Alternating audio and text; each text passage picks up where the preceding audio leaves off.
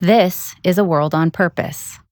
A purposeful life is the most important kind and the most valuable kind of life. Every choice that we make makes a difference, for better or worse. I loved walking in a village and seeing the before and after. This is the podcast dedicated to those humans choosing to live larger by working for the greater good. And these are their stories. Stories of hope and of true change that come from living on purpose. What if you were to suddenly say there are no challenges, there are only opportunities? Regardless of where you come from, your financial identity shouldn't determine where you end up in life. I'm your host, Alyssa Fisher-Harris, and my hope is that my inspiring guests will take you on an introspective journey that helps you tap into your own pivot to purpose, bringing greater meaning to your life. Welcome to A World on Purpose. Hey, A World on Purpose fans. Thanks for tuning back in with me, Alyssa Fisher-Harris, your consummate host and champion of purpose. And today's episode actually is not about one of those amazing humans that I've decided to bring to you in past episodes. Today's a show I never really expected to do. Today's a show about me. If you've been following the show, you know I created it out of my deep, sincere desire to shine a light on the countless extraordinary humans living their purpose in so many different ways. I designed the show to give a voice to those I call the purpose change-making heroes that you don't know but should, that are living larger than themselves by doing something for the greater good. I've been getting wonderful, wonderful feedback from all of you saying how much you're all enjoying the show and how inspiring it is and how you love the guests, which makes me so happy because that is what I was meant to do. It means I'm setting out the task and I'm succeeding at it. But the surprising thing I didn't expect to hear, however, was that you felt there was a key aspect of the show that was missing, and that something was me and my own personal story, which was really the driving factor behind why I created A World on Purpose in the first place.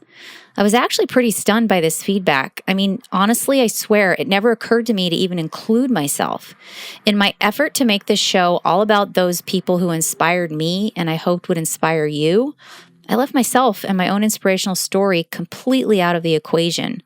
I guess it's kind of that proverbial humility to a fault because I really, really wanted others to shine. I was deeply, deeply touched when so many of you kept saying, "Where's Alyssa? We want to hear your story." So today I fulfill your request with this very vulnerable, personal episode, sharing the beginnings of my own purpose origin story and how living a life with purpose, for purpose, and on purpose was a key building block to overcoming my own adversity, leading to my own resilience and my career and social impact. I won't be talking about my career in this episode, though. That and other aspects of my life will come in future bonus episodes that you guys have also asked me to do. Today, I simply share about myself with you and explain how something very powerful and profound happens to our lives when we intentionally choose to do for others. When we do this, we go beyond the self and become about the we. And in doing for the we actually in turn heal and love the self, which brings us that greater meaning that I keep talking about and amplifies what it means to be living in the world on purpose. I'm super, super nervous to share all of this with you. I mean, this is really putting myself out there. But I thank you all for asking for it, and I thank you all for taking it into your heart and hearing it. I hope so much that it gives you an idea of who I am and why I care so much about others. So please enjoy, and thank you again for asking. Hey, everyone. It's your host, Alyssa Fisher-Harris of A World on Purpose, and welcome back to this, what today is going to be a really different and unusual episode. You've been watching and listening to this show for a while, I hope, and enjoying all these incredible guests that I've been bringing to you. But today, this show is actually going to be the guest, which is Alyssa, myself.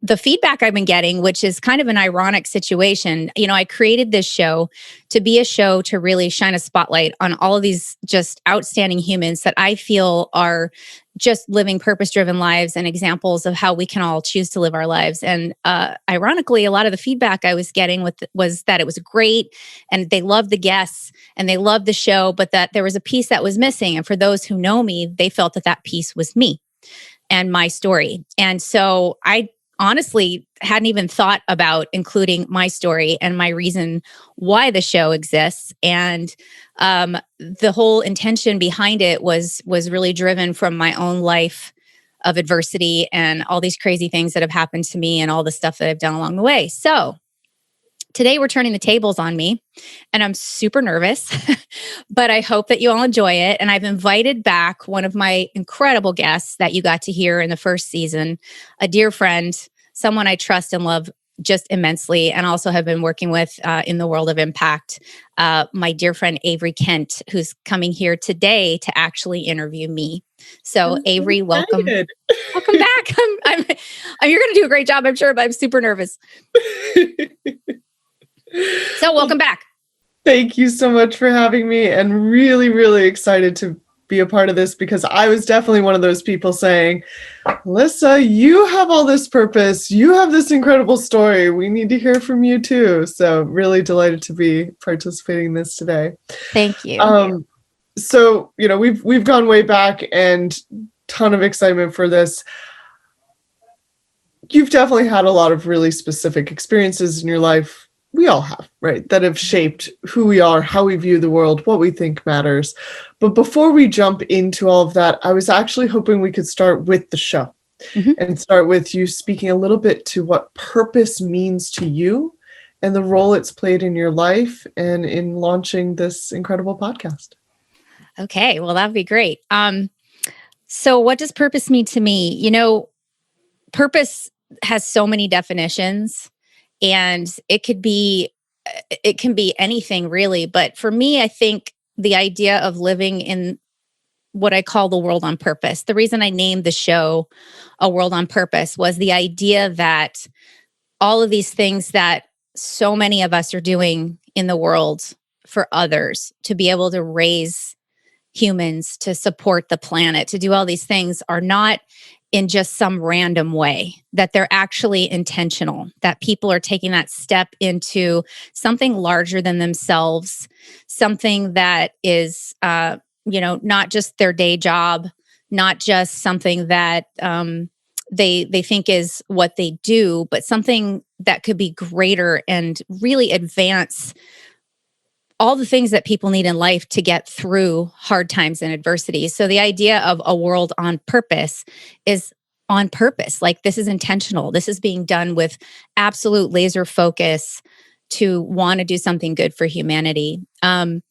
It doesn't mean that your job itself or the company you've created or the product you created also doesn't inherently have purpose built into it, because I've had several guests on that have had that, and that's wonderful.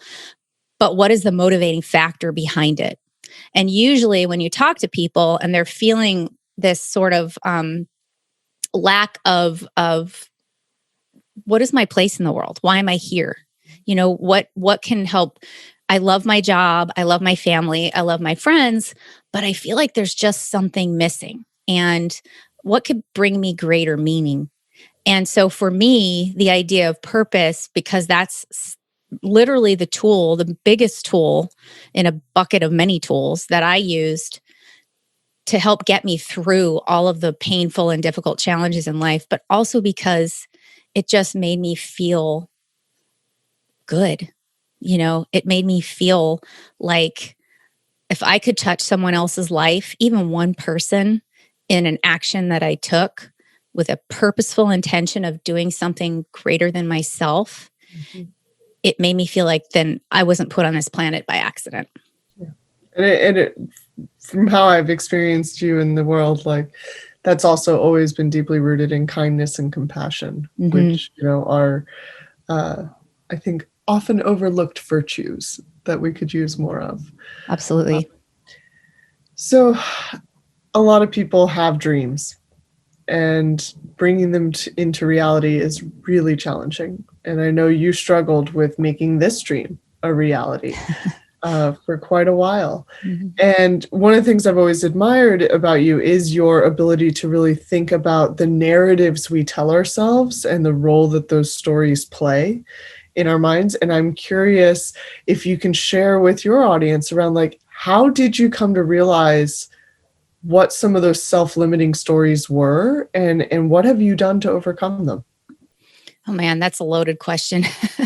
This topic comes up a lot with people, and yourself, especially with anybody who tries to take on a leadership role or do something bigger than themselves. There's there's a lot of ways you could talk yourself out of it, and a lot of ways you could feel like who am I to be doing this kind of thing. I think for me, you know, growing up the way I did, which we'll get into later, unfortunately sort of set the foundation for this deep feeling of like unworthiness, of like, I'm just this, person who wants to do these things, but who am I to do it? And it's so interesting because, that speech that Marianne Williamson gave years ago at Nelson Mandela's inauguration, I think it was that our greatest fear isn't that, who are we to not be that person who does things? I'm going to completely botch the quote, but I can see it in my head. Our greatest fear is not that we're inadequate; it's that we're powerful. Exactly, powerful beyond. Yeah, I mean, I know that quote. Why did I just totally botch it? It's our light, not our darkness, that we must fear. Yeah, and it's true, right? It's true. And like even in that moment, right then and there, it's like I should have known that quote, and we beat ourselves up about everything. And so I think for me, it was a deep fear along the way of I'm going to be judged if I don't do it perfectly. I'm going to be vilified if I try and I fail. And we learn from all these great entrepreneurs and successful people in life that it's our failures and our failing forward that actually is our greatest teacher. But when you're in that moment and you're going to take a step into something that is really scary for you, it's hard to remember that that's okay. Like, okay, just going to try it. And I'm going to change my self-talk. And I'm going to say, you know what? At least I tried. Because not trying is not living. Well, that's not necessarily true. Not trying is not living as fully as you could. And so when I have done all these things in my life, I look back at all these accomplishments that others think I made. And even now with all the work I've done on myself, sometimes I look back like, I haven't accomplished anything. Like, I don't feel like I have. Imposter syndrome runs deep. Oh, it's huge. Yeah. And the imposter syndrome, is really affects a lot of people of all levels, of all shapes and sizes. A few years ago, I think it was back 2015 even, I gave a speech about the imposter syndrome to a really wonderful high-level organization in Los Angeles called Metal International. And there were people in that room that were very, very high-powered and successful. And some, I won't mention by name, but that created very successful, well-known companies. And I talked about how, you're talking a little bit about my tools and the things that I learned along the way. One is that self-talk about the imposter syndrome. How can we see it instead of a weakness? How can we see it as our driver, the thing that drives us to succeed? Because when we are in that place of self-doubt and fear, there's a fine line, I call it, where it's that teetering the line of humility to a fault and overinflated ego. Neither one of those is good. So if we can turn that feeling of feeling like I'm not good enough into a superpower, like that's the thing that drives me to succeed. And I use this little analogy, I gave it in my speech of like, let's say you're driving in a little motorcycle that's got the little car next to you, and in the car next to you is this voice. And this voice is sitting there with its very dramatic scarf blowing through the wind, basically telling you that you don't know where you're going. You don't know what route you're on. You don't know what you're driving, and you should be doing this and you should be doing that. And you look at them and you say, I hear you and I see you and I know you're with me on this journey, but I know where I'm going. And I appreciate the input, but I'm going to stay on course because this is what I know to be true. And so that's sort of an analogy I keep in my mind sometimes when I start to go down that path of self-doubt and negative self-talk, which I still do. I mean, I've done work on myself since I was 17 years old, and and I still do it. I'm human. Well, I think that's part of the fallacy some folks that I've heard from folks of like successful people have somehow eliminated that self-doubt or eliminated that voice. And it's like, I don't know anyone who's eliminated it. I've just met people who figured out how to listen to it differently, or how to, like you said, I see you, I hear you, and gonna go this way. Right. Exactly. And we're going there together, And we're going there together. Come with me, whether you like it or not. Yeah. And hey, you know what? Even if we think we know we're on that path and we're like, sorry, I see you, hear you, but I'm still sticking to this path. The end result or the outcome may not be exactly what we thought it was. And it might not succeed, or it might not succeed in the way that we thought it would. And it might be a different version. But that even goes back further to like how to not beat yourself up if that does happen, because you trusted your gut. And usually your gut's right. But if for some reason it wasn't exactly what you thought, it's just another tool in your toolbox to be able to pull out and say, okay, rats, that didn't go exactly the way I had planned. How are we going to pivot and make this what I want it to be, or pivot to something else because it was a learning experience that taught me to be exactly in the other place that I need to be. And so often, I mean, it sounds so trite when like, I feel like whenever I hear the sentence actually said out loud of like, at its heart, everybody just wants to be loved. And it's trite and it's true. Right. And like so much of those narratives of lack of worthiness or not being enough or having to be perfect to earn affection or appreciation or validity or being seen, like all of that usually stems from family of origin. Yep. And in the years I've known you, I've always been humbled by your compassion and your commitment to really improving the lives of others and your own life. And I know that this has come from some pretty painful life experiences. I'm wondering if, to the extent you're comfortable, if you can share with us your relationship to the impacts of mental illness and your vision of what you would want to see change in how we treat people who are grappling with these mental health conditions. Yeah. Well, that's a really profound question too. I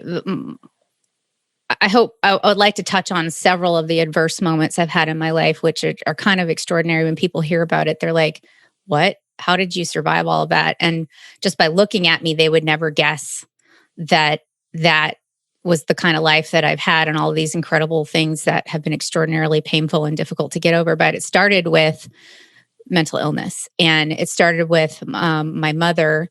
Both my parents had me very young, and my mother was an undiagnosed, looking back on it now, was an undiagnosed schizophrenic.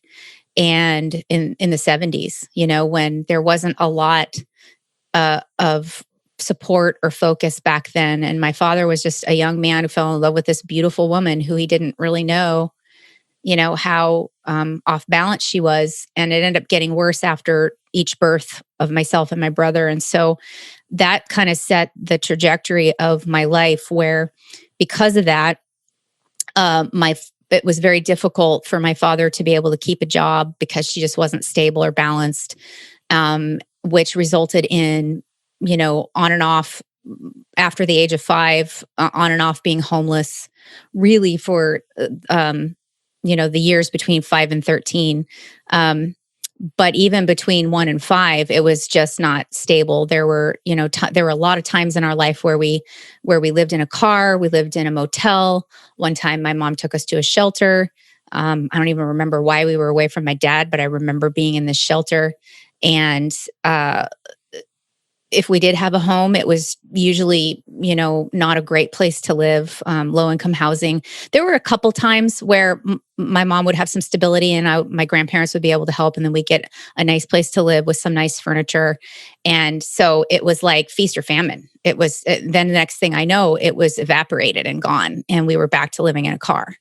And so, what I didn't know as a kid was, when you're little and you're going through that, mental illness is really complicated. And it's hard to understand what the person who's experiencing mental illness is dealing with. So when you're little and they're unfortunately abusive, and they cause so much pain, they're in pain too. They're in just as much pain. And so for me as a kid, I grappled with this desire to want to love my mom deeply. And at the same time, just not understanding how she could hurt me and my family the way she was. And it wasn't intentional. It was an illness. So, as a result of that, it was just so much pain and so much inconsistency. And I really understood, the perils of humanity. I've mentioned on another podcast. That's when I realized the world suffers and people suffer. And I remember being one night, we grew up in Colorado, and it was very cold in the snow, sleeping in a car. And I remember one night, I don't know if my father would remember this, but we were sleeping in this car and behind a liquor store, and it was so cold, and the heater was on, and my parents were asleep, and I was holding my brother in the back, and there was that Bill Withers song, "Ain't No Sunshine When She's Gone," and I was watching this wave of cigarette smoke like spin up as it sort of went in front of this half flashing liquor store light, and I was 8, and I remember thinking, there has got to be more to life than this. And I hope that someday I could do something so that no one ever has to know what it feels like to be uncertain and scared and hungry and still have all this immense love for the family that you're with, but not knowing how to fix it. And it's that is so much for any young person to have to hold. And there are so many young people who have to hold those experiences. And, another cliche saying, right, is like, heal yourself to heal the world. And I actually always liked that one because it does speak to that power of personal agency, right? You can do what you can to help others, but where you have the most power is in helping yourself. And that through that, you can then unleash this much greater capacity. And then that's what I've really seen unfold around your career, right? Like you did all this self-work, and then that unleashed this ability to like catalyze movements, catalyze community, to really, using it in truly like the chemistry version of the word, right? Like, because of you, these connections and these interactions and these exchanges of information and resources happened faster. And, as you think about your work and this dedication that you've had, because it's never been one issue, it's almost been like more of the process, or more of like the how versus the what. And so I'm curious if you can share more about your work and what has been that journey for activating people around you towards purpose. Yeah, definitely. But before I do, there are two things I really want to make sure I say. One is, about mental illness too. That idea of having compassion. And even I had a guest on my show who talked about radical compassion, having a compassion for people who are going through things, even when it causes you pain, is a way to heal and a way to understand that we don't know what other people are going through. We don't know what the level of depth of suffering that they're dealing with either. And so first, having radical compassion and forgiveness is important. And especially when it comes to mental illness. And then there are other things that are beyond our control where we have to learn how to have radical compassion and forgiveness for ourselves. And I just want to touch quickly on, to address the work situation, some other things that happened in life that projected and propelled me into doing work in specific areas. So, out of that situation, I left home to go live with a relative. I needed to get away, and I was probably going to run away, and had a conversation with my dad about needing to leave. And luckily, my aunt was in the state of California, because we had moved to California at that point, and I was 13. And I knew she was somewhere, but I didn't know where. And so I was very blessed to have a conversation with my dad. And apparently my mom intuitively knew it was not safe for me where I was. So she called my aunt. And 2 days later, she came to pick me up. And I went to live with my aunt and my uncle, who were these amazing people in this beautiful little town up in Northern California that took me in. And it was there where I got to learn and grow and worked my way through high school, living with them. And then I put myself through college, and just the trajectory of challenges that went through my life from even that moment to now is what shaped my career. So I was sadly a victim of rape when I was young. And that was incredibly painful, and blamed myself like every quote victim does. And I don't even like to use the term victim because I feel like that takes my power away. I was an unfortunate Party. Yeah. I mean, right. Restorative justice, right? Exactly. I was an unfortunate recipient of unwanted sexual misconduct, I guess. Not even misconduct, but violation. But and then I got really sick in my 20s. No one knew what was wrong with me. It was an adult onset allergies to dairy and gluten that were causing this weird autoimmune condition. And but before dairy and gluten was ever a thing. I mean, that was back in the early 90s. And that propelled me into the health and wellness arena initially. And then, but just so you know, along the way, one of the things that helped me heal was not just doing work on myself, but doing that action to help others. So mental illness, my own health issues, understanding what it was like to be a victim of violence. I did volunteering all the time. And I just naturally kind of put people together with local businesses that were organizations that were doing things to help people in those situations. And I was always the one that was helping other people, even if I needed help, which can be a good thing and not a good thing sometimes. There's a balance there, but I learned through doing for others to help heal my soul, not knowing that it would put me into one, there's been other things that have happened since this thing I'm going to mention too, but another giant blow to my life, which was losing 2 husbands to the same rare cancer that only affects 10,000 people in the United States, called sarcoma. And it was devastating. By the time I was 34, that happened. And so that projected me into the arena of cancer. And so I was doing a lot of volunteer through my life for homelessness, like I said, for abused children, for mental health. And now I was thrust into this realm of cancer and the world of like, how do you navigate when someone you love so much is going through this? And so I was run through the pepper mill of the insurance system and the hospitals and everything. And, to have it strike twice in your life, the same rare cancer, was just devastating. So, after that, I've had some of my own other challenges that have just kept coming up. And I just keep doing what I can to channel all of that pain and all of those experiences into vehicles for good.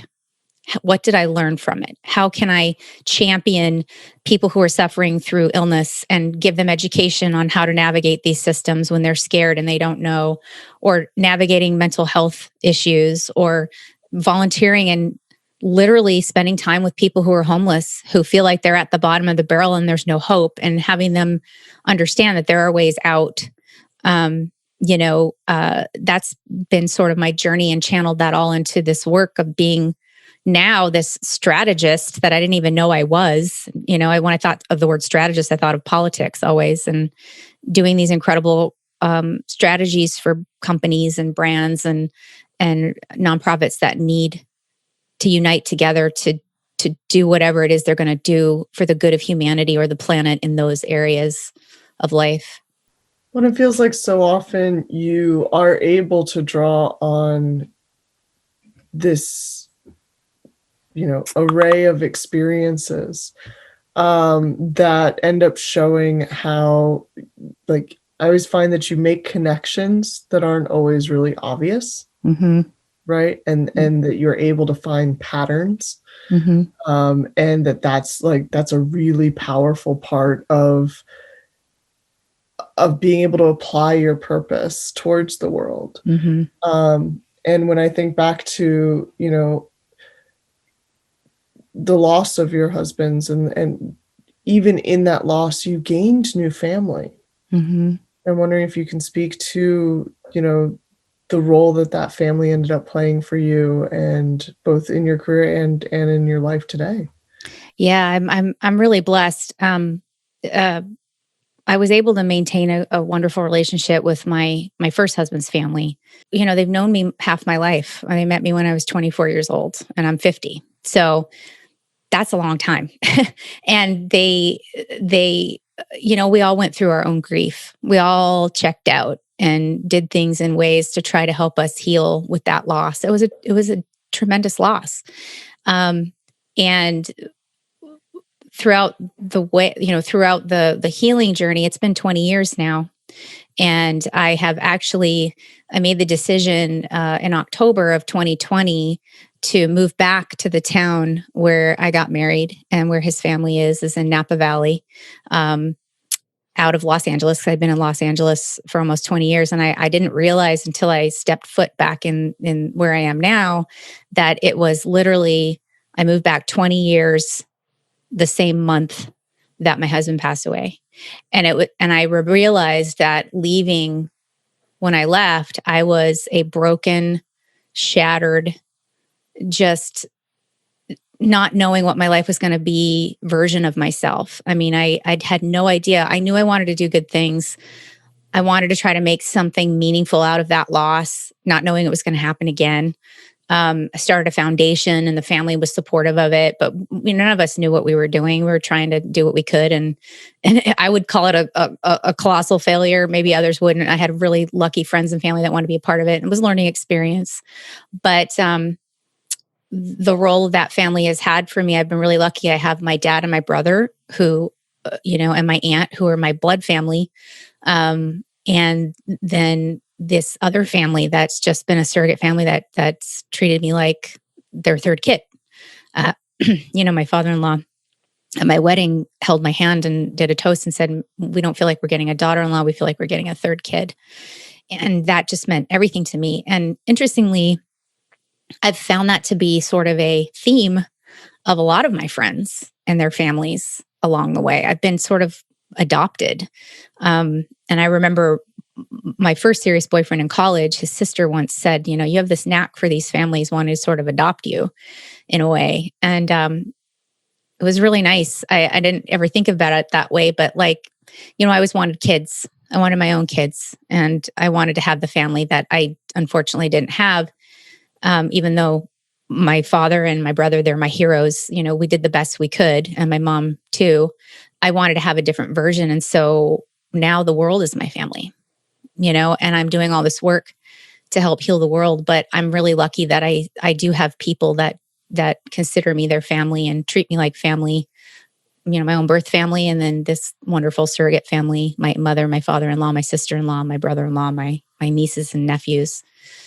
And I have eight chosen family, right? Yeah, exactly. I'm also a huge believer in chosen family, as you know. Yeah. And the universe gives us our blood family, but the journey of life really introduces us to our heart family.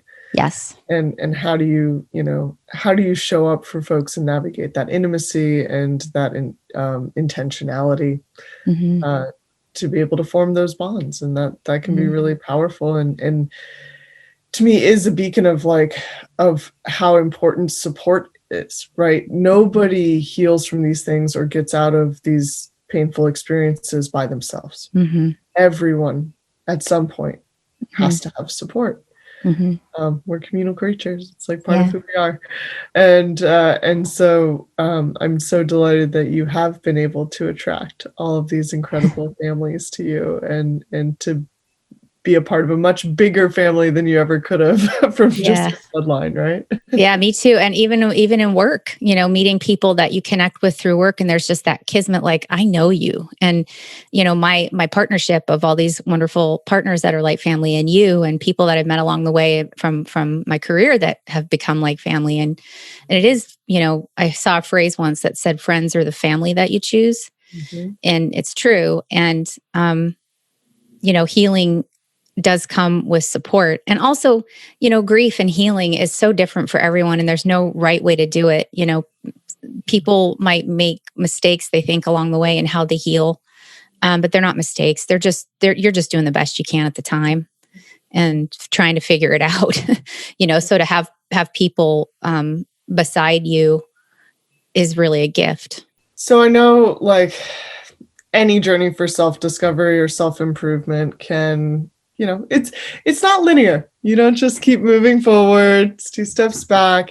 And something you've shared with me in the past was this kind of specific challenge you faced of whenever something good happens, kind of expecting the shoe to drop or expecting something to follow that's not going to be good. And I'm curious if you can share more about both how that shows up for you, but also ways that you face it and try to move through it. Yeah, I call it my other shoe falling syndrome. And I've spoken to people and others know what this feels like. But when you've been smacked down by adversity over and over and over again, it's really hard to stay in a place of positivity when something good happens, to not fear that something's going to come along and something bad's going to come along right on the heels of it and just knock it away. And so that is probably one of my biggest struggles, is like when something great happens, it's hard for me to revel in the greatness of that because I'm immediately feeling this panic of something terrible is going to come on the heels of this, and it's going to go away. So I have to do a lot of work on myself, and I've been really lucky that I've had great teachers in my life who've shared tools with me on how to mitigate that feeling. And one of them was grabbing a favorite pair of shoes of mine, not a pair of shoes I didn't like, but a pair of shoes I really liked. And I had to go beat them with a hammer to visually imagine like getting rid of that feeling. And You've never told me this before. What? yeah.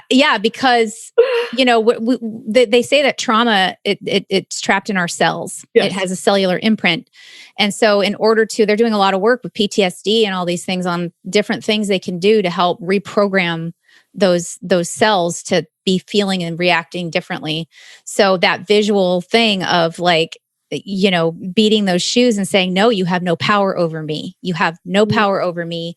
I don't fear you, was really helpful to me. And, just so many tools like that, even when I criticize myself and I worry about things, my job is not, the words were said to me that your job is not to worry about what others think of you. Your job is to know who you are. Tools like that along the way that have helped me, because when you're on this path to purpose and you've had a lot of adversity, it's difficult to stay the path. And everyone in the self-development world is always saying it's so easy. It can be if you get to that place, but it's not easy for everyone to stay there. And so we have to work our tools all the time. So that was just something that is one of my things that I work on all the time and struggle with. And yeah, that's a fun one.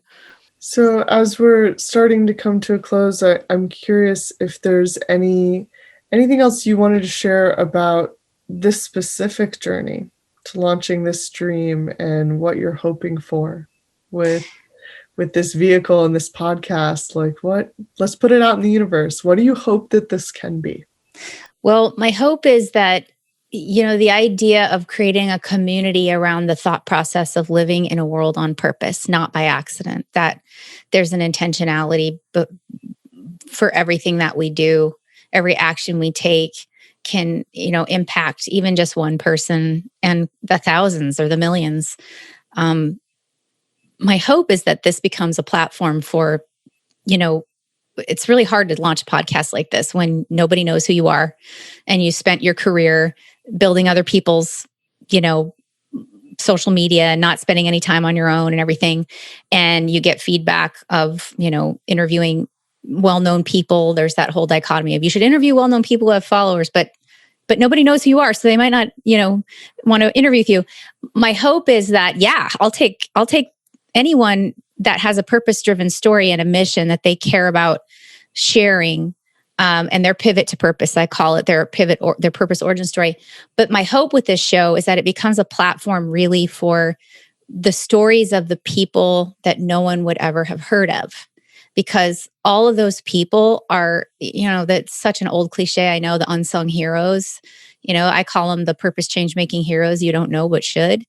My hope is that this platform becomes a vehicle for their voices to be heard, and in turn inspires others who either might not be feeling like they're fulfilling their purpose entirely, or they don't know what it is, or they're seeking something. They hear these stories and they learn about these other people and how it's not an easy journey when you take this road of purpose, but that it's meaningful, and they learn how to take that journey themselves. And ultimately, my hope is that it becomes a community partnering with I'll have as a guest on my show this wonderful guy who's stepped up. His name's Bart Myers with causes.com to actually create a measurable, tangible, meaningful ways people can take action. So if there's something that they want to do, even if they don't want to start something themselves, even if they're like, I'm just going to baby step into purpose, what can I do? They can go to that website and we'll have a call to action of the week, both on behalf of all the guests. So we weren't ready to go into that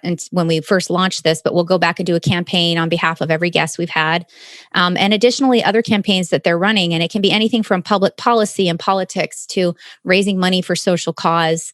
And he's really inspiring with what he's done in his platform of 190 million users, sort of they call it the anti-Facebook. We hope that that will inspire people to feel like that one little action they can take could be the ripple in the pond, dropping the pebble in the pond that starts to percolate and ignite people's ideas around how they can live their purpose in a more meaningful way. And then we're all living in a world on purpose together, in a world with intention towards purpose. Imperfect as it may be, we'll at least have each other as we're stumbling along the path, right? Exactly. And this was the scariest thing I think I've ever done, hardest thing I've ever done. And I criticize myself all the time. So I'm working on that self-talk thing because I want to do a good job for people and I want people to feel excited about it. So, it's not an easy journey, but you know what? I turned 50 and I was like, if I don't do it now and I don't at least try, I'll never say that I could do it. Yeah. So thank you so much for having that courage to share your story. And I know that many people are going to get a lot out of having heard it. Thank you for interviewing me because that's not an easy job either. Being the interviewer, you did a great job. My pleasure always. Oh, you're the best, Avery. I love you. You too, babe. So, everyone, thank you so much for tuning in. I mean, this was a pretty vulnerable, they call that the Brene Brown Courageous Vulnerability podcast segment. I hope you got something out of it. And obviously, Avery is a impact hero of mine. I hope you go back and watch her show. It was really, really powerful. And she has so many great things she's doing. But this episode was supposed to be about me. And I really appreciate you listening and learning a little bit about me and why I did this and why I do what I do. And if you're ever stuck feeling like your life was meaningless or everything you've been through, you don't know how to turn that into something meaningful, pain is real and adversity is real. And it's up to us to choose how we want to perceive that and how we want to let it affect our lives. So if we can channel all of that into a vehicle towards purpose, it just leads to our resilience. And that's my story. So thank you for tuning into A World on Purpose with me. If you have any questions, obviously, you can email info@aworldonpurpose.com. We'd love to hear your stories too. And we want you to be inspired every day, living in a world on purpose. I'm your host, Alyssa Fisher-Harris, and we'll see you on the next episode. Thank you for taking this journey into a world on purpose with our incredible guests. To learn more about our amazing guests and their inspiring purpose-driven work, please go to aworldonpurpose.com. Don't forget to look at our call to action of the week to mobilize your desire for purpose into action. A World on Purpose can be found on Apple Podcasts and all the major podcast platforms, and the video version can be found on YouTube. If what you heard today inspires you, please write a review and like and share on the platform of your choice. We'd love to also hear from you and learn your pivot to purpose and the meaningful work that you do that lifts humanity. Send your stories to info@aworldonpurpose.com. I'd like to thank our World on Purpose team for making this show a reality. Once again, I'm your host, Alyssa Fisher-Harris. Thank you for tuning in to A World on Purpose. I look forward to seeing you soon.